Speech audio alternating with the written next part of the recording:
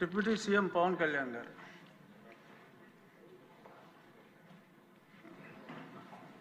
Thank you sir.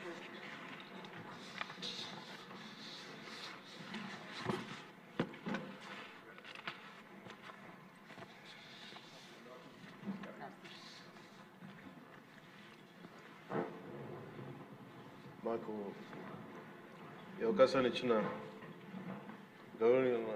గౌరవనీయులైన సభాపతి గారికి కృతజ్ఞతలు తెలియజేసుకుంటూ గౌరవ ముఖ్యమంత్రి గారికి కూడా నమస్కారాలు తెలియజేసుకుంటున్నాను. జిఎస్టీ సంస్కరణ మీదుగా ఆంధ్రప్రదేశ్ శాసనసభలో జరుగుతున్న ఈ చర్చలో భాగంగా ఈ దేశంలోని ప్రతి పౌరునికి ప్రత్యక్షంగాను పరోక్షంగాను లబ్ధి కలిగించే ఒక చారిత్రాత్మకమైన దిశానిర్దేశకమైన అంశంపై నేను ప్రకటన చేస్తాను అధ్యక్ష. గౌరవ ముఖ్యమంత్రి శ్రీ నారా చంద్రబాబు నాయుడు గారి సూచనల మేరకు ఈ సమిష్టి నిర్ణయానికి మన రాష్ట్రం ఒక నిర్మాణాత్మక సహకారం అందించింది. ఇటీవల కాలంలో జిఎస్టీ పన్నుల విధానంలో చోటు చేసుకున్న అతిపెద్ద సంస్కరణలలో ఒకదానికి రాష్ట్ర ప్రతినిధిగా బాధ్యత వహించడం నాకు చాలా గర్వకారణంగా ఉంది. గౌరవ ప్రధానమంత్రి శ్రీ నరేంద్ర మోదీ గారు 2025 ఆగస్టు 15న 79వ స్వాతంత్ర దినోత్సవ సందర్భంగా ఎర్రకోట నుండి చేసిన జిఎస్టీ 2.0 సంస్కరణల చారిత్రాత్మక ప్రకటన దేశ ప్రగతికి బాటలు వేస్తూ ఉంది.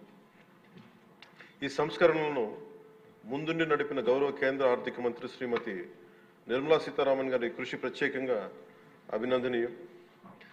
జిఎస్టీ మండలి 56వ సమావేశంలో వాటిని ఆమోదించింది. గౌరవ ముఖ్యమంత్రి శ్రీ నారా చంద్రబాబు నాయుడు గారి రాష్ట్ర ఆదాయాలకు ప్రత్యేకించి అనేక సందర్భాల్లో ముఖ్యంగా జిఎస్టీ వచ్చిన తర్వాత గౌరవ ముఖ్యమంత్రి గారు ఒక సందర్భంలో అన్న మాటలు రాష్ట్ర ఆదాయాలకి నష్టం కలుగుతున్నప్పటికీ కూడా సామాన్యుల ప్రయోజనాల కోసం విధానాన్ని మనం బలంగా సమర్థించాలని చెప్పి ఈరోజు వారు కూడా దీన్ని బలంగా సమర్థించారు అధ్యక్ష. ఎందుకంటే మనకి ఆర్థిక ఆటుపోట్లని చూస్తూ కూడా వచ్చే ఆదాయం తగ్గిపోతున్న జిఎస్టీ సంస్కరణల వల్ల, కానీ దాన్ని ఇంకొకలాగా దాన్ని ఎలా పూడ్చుకోవాలని తెలిసి ఆయన ముందుండి దీన్ని మద్దతు తెలిపినందుకు వారికి నా కృతజ్ఞతలు తెలియజేస్తాను. ఈ చారిత్రాత్మక సంస్కరణలకు మద్దతు తెలిపిన తొలి రాష్ట్రంగా నిలిచింది నారా చంద్రబాబు నాయుడు గారి నాయకత్వంలోని ఆంధ్రప్రదేశ్ ప్రభుత్వం.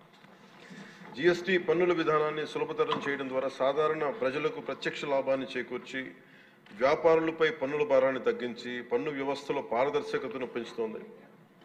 ఈ చారిత్రాత్మక సంస్కరణ పన్నుల విధానాన్ని సులభతరం చేసి వ్యాపార పరిశ్రమల అభివృద్ధికి సహకరిస్తుంది. ప్రజల పొదుపును పెంచి కొనుగోలు శక్తిని పెంపొందించడానికి, కొత్త పెట్టుబడులను ఆకర్షించి దేశాన్ని స్థిరమైన వృద్ధి మార్గంలో నిలపడానికి దోహదపడుతుంది.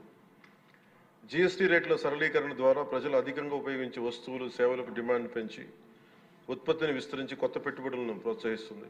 తద్వారా ఆర్థిక వృద్ధికి దారితీస్తుంది. నిజంగా ప్రజలకి ఆర్థిక వ్యవస్థకి చాలా లాభదాయకమైన సంస్కరణ. రంగాల వారీగా చూసుకుంటే ముఖ్యంగా రైతుల కోసం ట్రాక్టర్లు, వ్యవసాయ యంత్రాలు, పరికరాలు మరియు ఇన్పుట్స్ పై పన్నులు తగ్గించడం వల్ల సాగు వ్యవసాయ వ్యయాన్ని తగ్గించి ఉత్పాదకను పెంచుతాయి.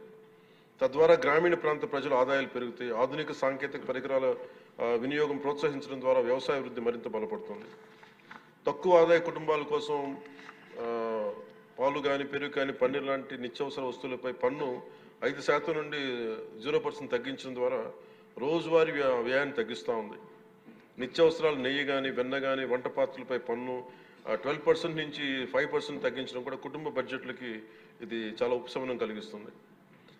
అలాగే ప్రతి కుటుంబం కోసం ఉండే సబ్బులు కానీ, షాంపూలు కానీ, టూత్పేస్ట్ వంటి వ్యక్తిగత సంరక్షణ ఉత్పత్తులపై పన్ను 18% నుంచి 18% నుండి 5% పరిమితం చేయడం ద్వారా వాటి ధరలు చాలా గణనీయంగా తగ్గుతాయి.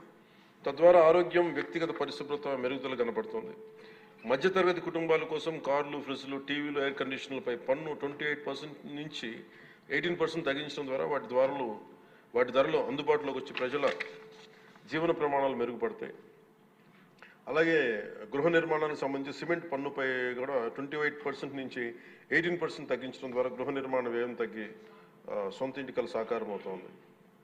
ఆరోగ్య రంగం కోసం ఔషధాలపై పన్ను 12% నుంచి 5%కి, అత్యవసర మందులపై పన్ను 5% నుంచి 0% తగ్గించడం ద్వారా రోగులకి చాలా కీలక ఉపశమనం కలిగి అందరికీ వైద్య సేవలు అందుబాటులోకి వచ్చి ప్రజా ఆరోగ్య సంరక్షణ మెరుగుపడుతుంది.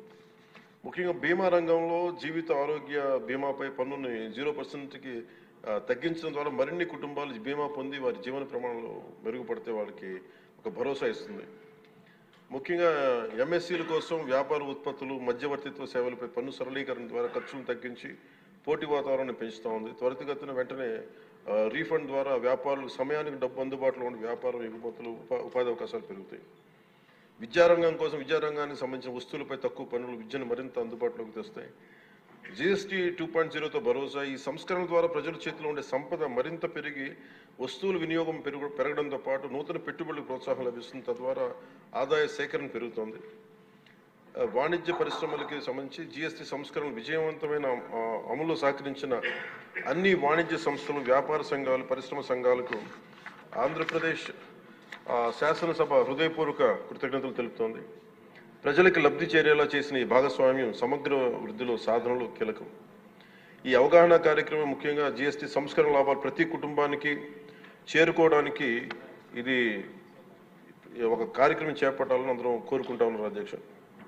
జిల్లా నుంచి గ్రామ స్థాయి వరకు ఈ అందరికీ తెలిసేలాగా మరింత ఏమేమి తగ్గుతాయి, ఏవి బెనిఫిట్స్ ఉన్నాయి, ఇవన్నీ ప్రజలందరికీ తెలియజేసే ఒక కార్యక్రమం ఖచ్చితంగా రూపొందించాలి. దాని మీద మేము కోరుకుంటా ఉన్నాం. అలాగే ఈ రెవెన్యూ కానీ, కమర్షియల్ ట్యాక్స్, పంచాయతీ అధికారులు గ్రామ స్థాయిల్లో ప్రజలకు నేరుగా కలిసి వాళ్ళకి మమేకం వాళ్ళకి ఎలా లబ్ధి చేకూరుతుందో అది కూడా చెప్పగలగాలి. పరస్పర అవగాహనతో పాటు పలు మీడియా వేదికల ద్వారా విస్తృత ప్రచార కార్యక్రమాలు చేపట్టాల్సిన అవసరం ఉంది.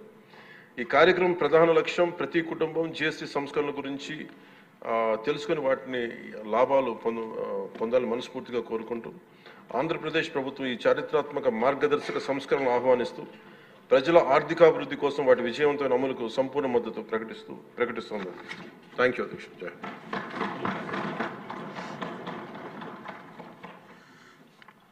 గౌరవనీయ ముఖ్యమంత్రి వర్యులు.